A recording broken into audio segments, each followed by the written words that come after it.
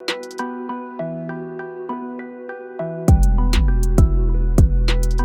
people, welcome back to the Quick Fix. That is, it's Buenar here with Ari.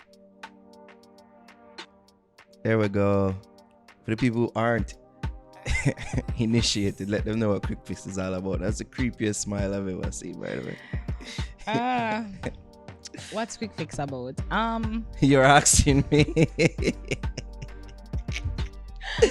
I guess that's smooth start so far. I guess Quick Fix is a roundup of the news that we missed throughout the week, and we decide to come together and talk about it. All right. Yeah. Let's do that. I mean, we've been talking about this first story for the week, but I guess some new information has been brought forward. Jacure is facing up to 15 years in prison. So the career of Jacure was plunged into chaos and uncertainty over the weekend. So reports are that Jacure allegedly stabbed Ricardo Papa Blake, leader of Roots Vibe Promotion, in the abdomen during an incident in the Netherlands capital. As a result of the incident, Cure could be facing a myriad of charges, including attempted murder, attempted manslaughter, aggravated assault, or attempted aggravated assault. So Jacure, whose birth name is Sikatur Alcock, had previous run-ins with the law. He was charged with illegal possession of a firearm, rape, robbery with aggravation, and following his conviction received a 15-year sentence in 1999, but was released early in 2007 after serving 8 years. 4 years later, he went on trial on drug possession charges after police found a small quantity of marijuana in the artist's motor vehicle during a spot check in St. Andrew. Based on potential charges outlined, he could be facing up to 15 years in prison, though behind bars and still in police custody in Zaandam near Amsterdam in the Netherlands. Reggae singer Jacure is okay, according to his manager Nathan Cowan. Cure may be spending his birthday behind bars. The True Reflection singer will celebrate his 43rd birthday on October 11th. So yeah, Naro, he could be facing up to 15 years behind bars. This whole thing is rather unfortunate because you'd like to think that after getting a second chance that he'd be a bit more careful out in these streets. And we kind of spoke about it earlier in the week during the podcast, and it just seemed like he's without peace, just mentally and spiritually, based on the several incidents that we've seen played out on social media over the years. It just seemed like him don't really have a peace of mind. Now, I don't know what caused this altercation to happen with this promoter. I'm guessing that the police still have further investigation to do. What is protocol with things like these is that they usually tend to keep information at a minimum. So whatever we'll be hearing, it's probably going to be either from the manager or from news sources that do some digging. But yeah, there could have been a time where somebody could have interceded, and because it almost like you could have seen that something was leading up to this point. And I like to think that there are people around him that would have, talked to him. We don't know. Maybe they did. I just couldn't get through to him. But we've seen certain things played out on social media where it just seemed like, him dip on a downward spiral. And feel for reach, yes or no, it's sad when you really breathe. With Jacure, I was thinking maybe it could be self-defense. Maybe him get off. Maybe he's just that lucky. We don't know. But again, we're glad that Mr. Cowan, no, not Mr. Cowan, Mr. Blake, Ricardo Papa Blake, he's fine. He's not dead, because it could have been a murder charge. But I was just saying, like, with the charges, I'm like, they're just throwing everything. I'm like, attempted murder, attempted manslaughter, aggravated assault, and I'm just at this point like, God, just one charge could be enough, but we don't know what really took place. I mean, I was thinking about it and I said, well, in all honesty, it could have probably self-defense. I could argue that we don't know what happened. We still on the outside, still speculating really what took place, but we know that a man was stabbed and Jacure was at the other end of the blade. So that's the facts that we know of the case. So we just have to wait and see what happened. I really don't care to speak about like his life on social media or off social media or whatever. It's just unfortunate, like you said in the podcast, that why is he the one doing the stabbing? Why? Because I was thinking, as the like artists usually have there's usually a third party to deal with matters like that, because what is being circulated, again, rumors, is that for non-payment, the remainder of the deposit. So I'm like, there should have been a manager. Mr. Cohen should have talked to Papa, like, why is Jackie involved in it? Like, that's just my never question. be with them thing the face to face. That really is my question throughout it. So I'm very interested in this, and I really want to see how it play out. Let's see if he's given a third chance and how he makes use of his third chance. 15 years is no joke, and this could be. I'm also wondering, is this 15 years in Netherlands prison? It would seem so. And it's just it would seem like he would be tried in a Dutch court, right? Because it's jurisdiction, and I don't know about extradition and if him can come here. So I don't know. Another thing to consider as well is the previous charges which you mentioned, that may be something that they take into consideration when trying him. But then it's just jurisdiction. Like, he did it overseas. He did it in Jamaica. He didn't do it there. Yeah, so but still there's a record on him. Well, there's a record. I mean, I'm no lawyer. I don't know what's happening. So again, I'm really his lawyer said that probably what the lawyer name again? So well, not his lawyer spoke. It's his manager, Nathan Cohen. No, but there's a lawyer that spoke on the issue. Okay.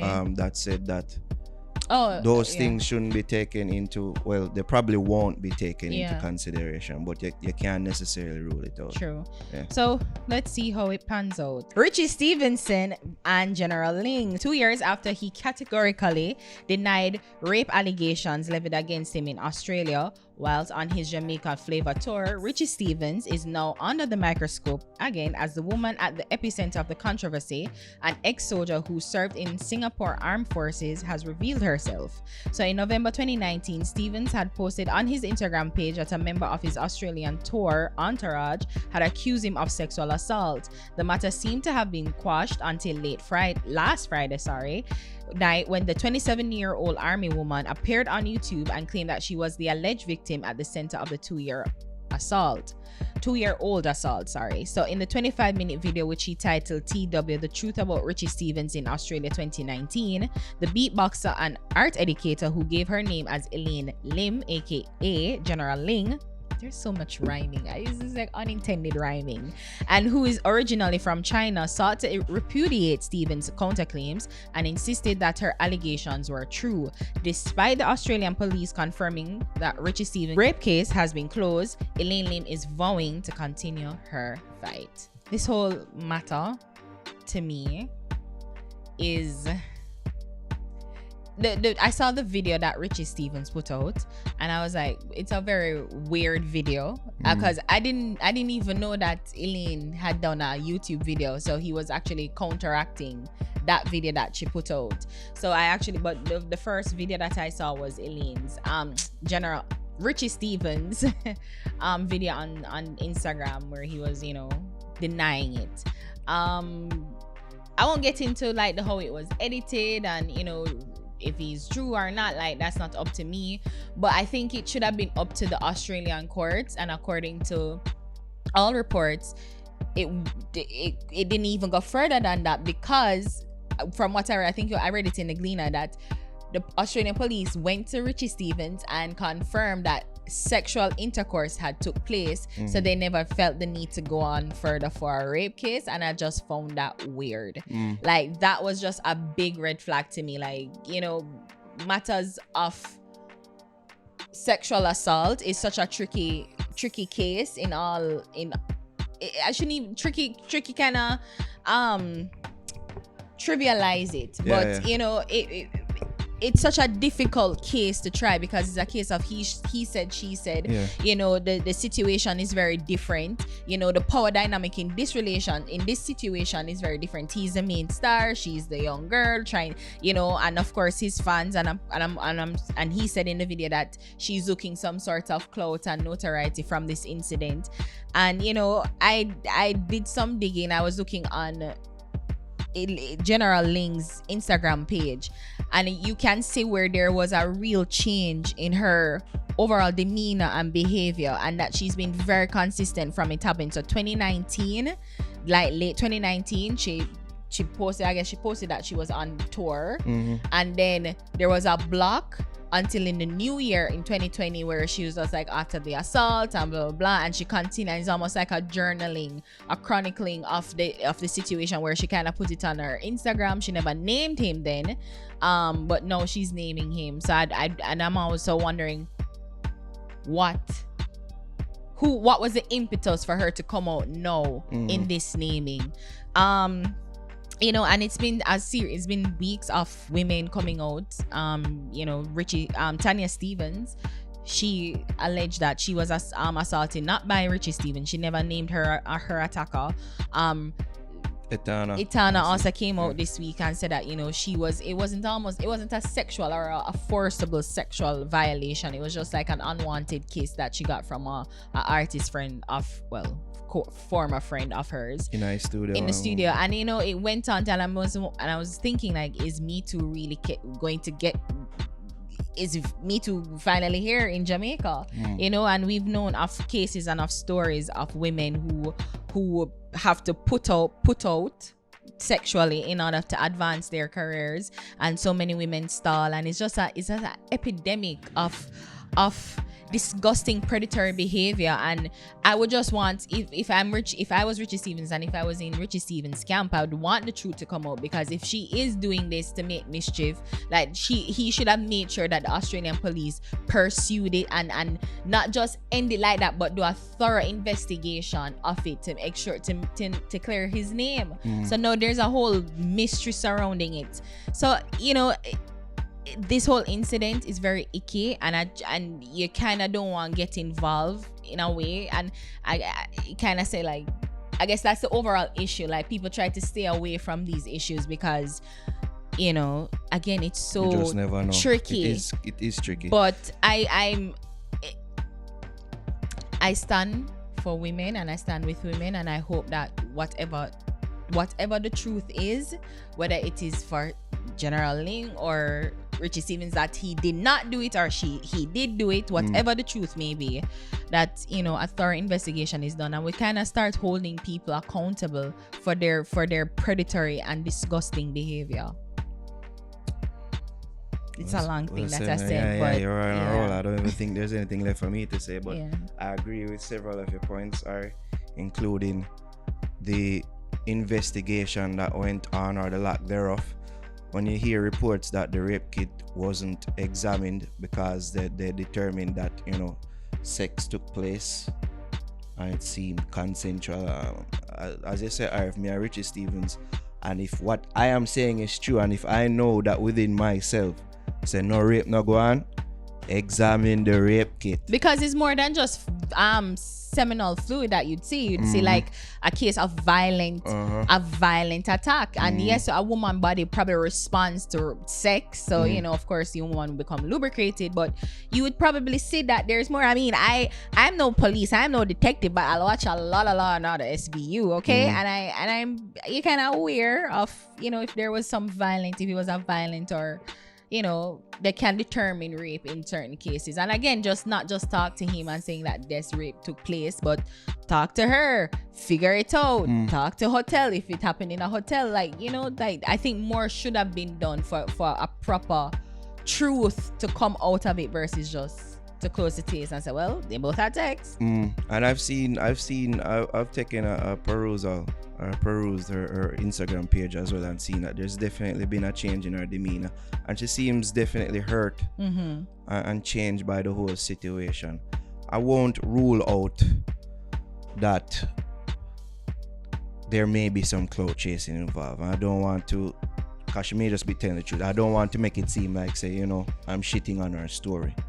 But more often than not, in these cases, as you pointed out, Ari, the power dynamic, usually the upper hand is held by the person with the most power. In this case is Richie Stephens. So you cannot, for the people out there that just dismissing this, because I know that there are people out there dismissing it off rip and I say, oh, she's a liar and all these things, but you cannot dismiss it just so.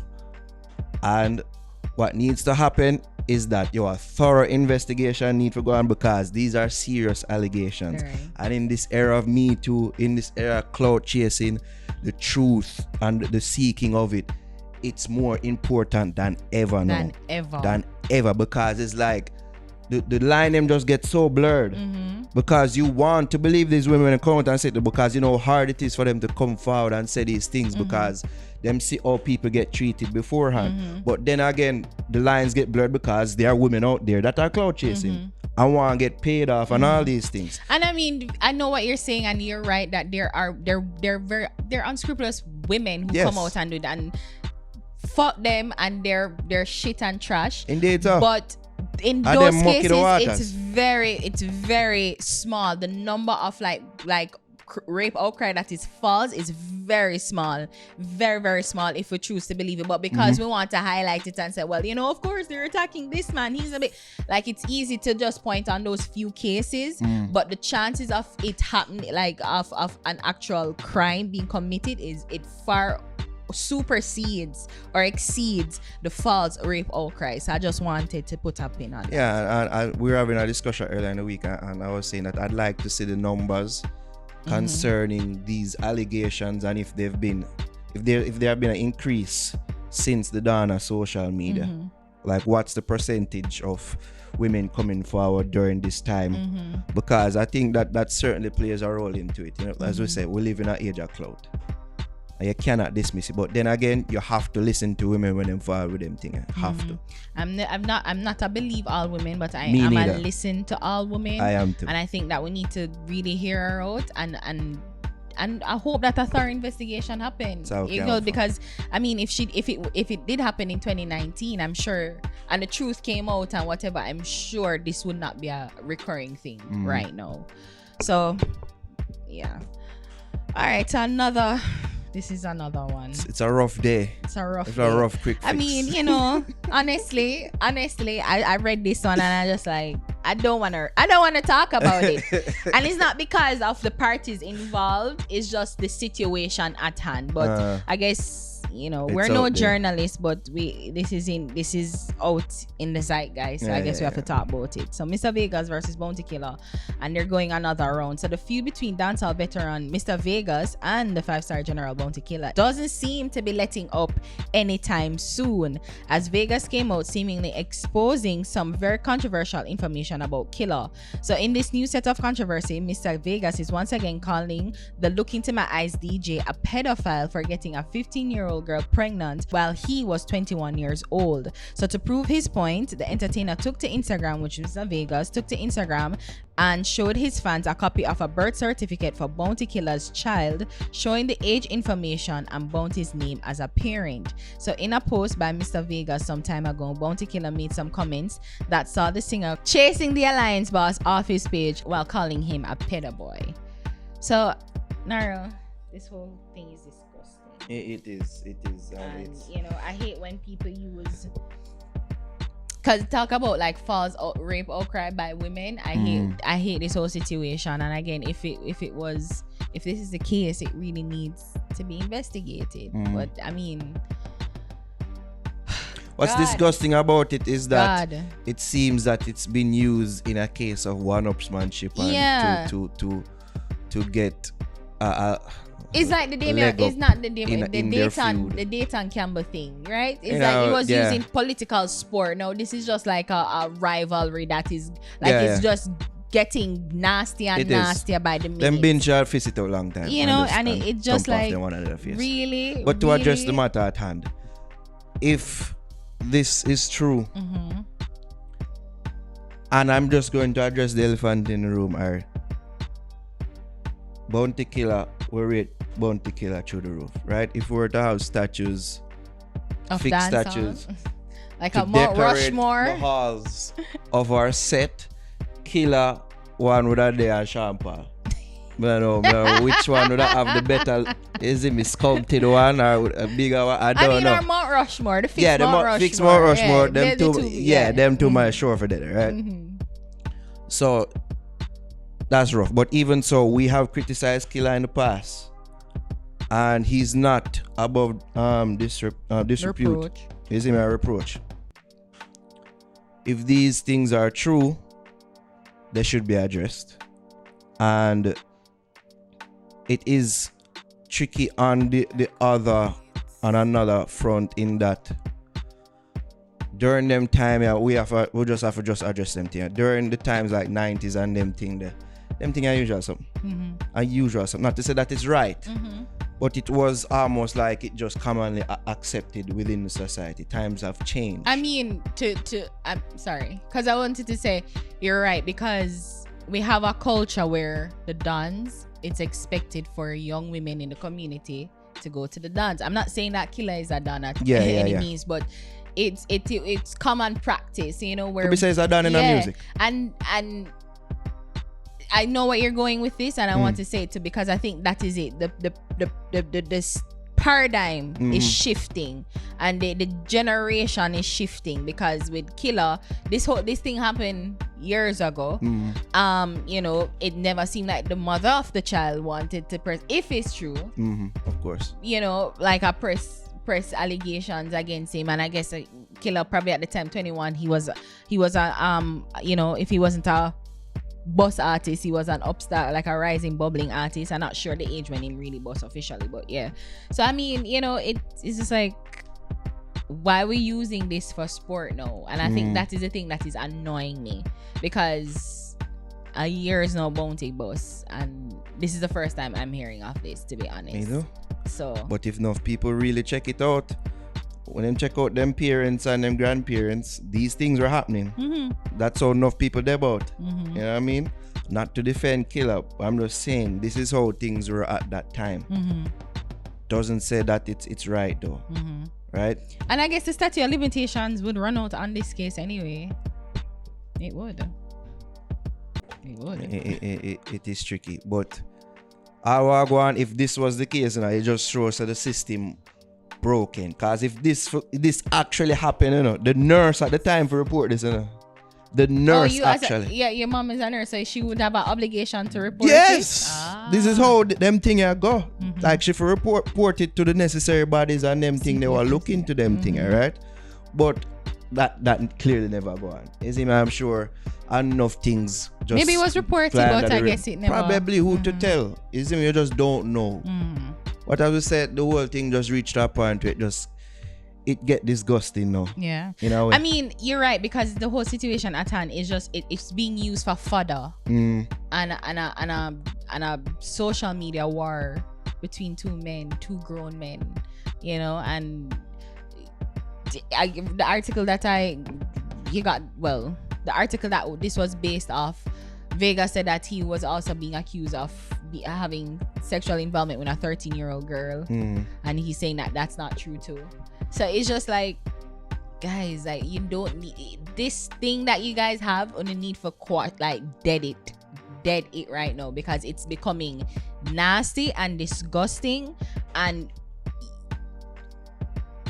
you just, again, I'm for the woman, and the woman that if she was wronged or whatever, she never she was underage. If this is true, and this is what kills me, like, you always have to put that amendum, like, if this is true, and I don't want to be doing that. I don't want that. And one of the worst things about this too, as you say, no matter what, it's always going to be in your head. No matter what, if it's true or not, it's going to be in your head. And just like even with the Richie Stephens thing, like, even if he's cleared of it, the fact that his name is attached to it, you're always going to have in the back of your head, say, well, could he? Is he? You know? So I just don't like it. This is now becoming sport and fodder for social media, and I'm not with it any at all. Yeah, gone beyond fighting, you know. Go on. Yeah. It's crazy. Then Ben should have did fight still. This is the worst quick fix that we've had. I don't even give a fuck. Like, I'm unhappy. Like, and I'm showing it because I hate it. This whole quick fix is a mess. But anyways, yeah. If you agree, you can say it's a mess. The messiest quick fixes. The messiest quick fix, and I'm not for it. I'm tired, and we'll go for drinks after this. So Some hard drinks. Leave a message. Right. Comment below. Like, subscribe, and share with your friends. Can't find me at EDOT anywhere. It did last week, so I just thought I would return the favor now. I don't even care.